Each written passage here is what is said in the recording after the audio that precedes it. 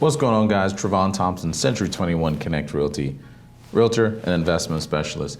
Today I want to talk to you guys about first-time home buying.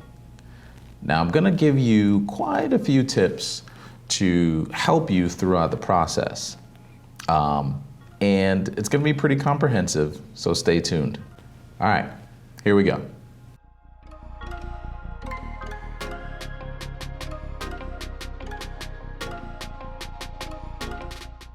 So first-time home buyers hopping into the market, especially this crazy seller's market that we're in, it can look a little daunting, it can look a little crazy, and it can seem intimidating.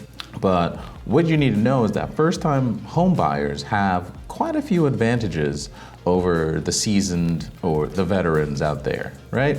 So let's demystify some of this stuff and get right into it.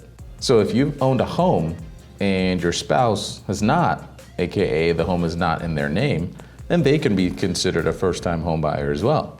A single parent who has owned a home with a former spouse, a displaced spouse or homemaker who has owned a home with a spouse, an individual who has not owned a principal residence that has been affixed to a permanent foundation. Last but not least, any individual who has had a principal residence that is not within the confines of building codes for state, local, or the federal government. There are 6 things that you need to consider before pressing the go button or signing your life away. How's your financial health? What's your credit score look like? How much money do you have saved? Do you understand how much you need to bring to the closing table? Do you know which home will best fit your needs? Do you know what your needs are? What specific features are you looking for in a home? What are the things that you cannot live without? And what are the things that, yeah, it would be nice, but I don't really need those? That can make the difference. How much of a mortgage do you qualify for? Now, this is not just about your income, but it also includes your credit score and your relationship with said bank or banks. How much home can you really afford?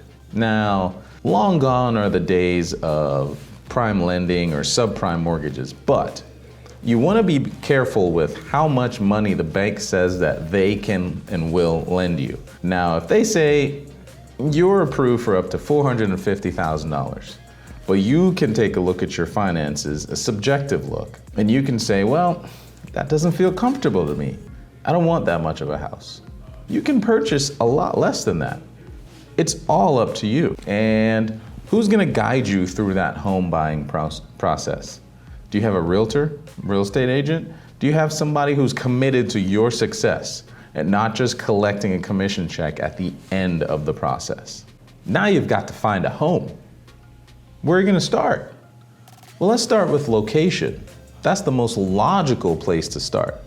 If you don't like any homes in a specific area, but you keep looking there, you're only gonna get disappointed. And conversely, if you keep looking in an area where you can't afford, you're only gonna get disappointed.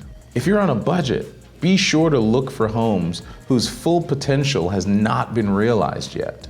Also, consider driving around on your own, looking at neighborhoods and homes that intrigue you, that give you that certain feeling deep down inside. Now, as a first-time home buyer, you have a myriad of options. I mean, you can get a conventional loan, you can get an FHA loan, you can get grants from the federal government or even help from the state government.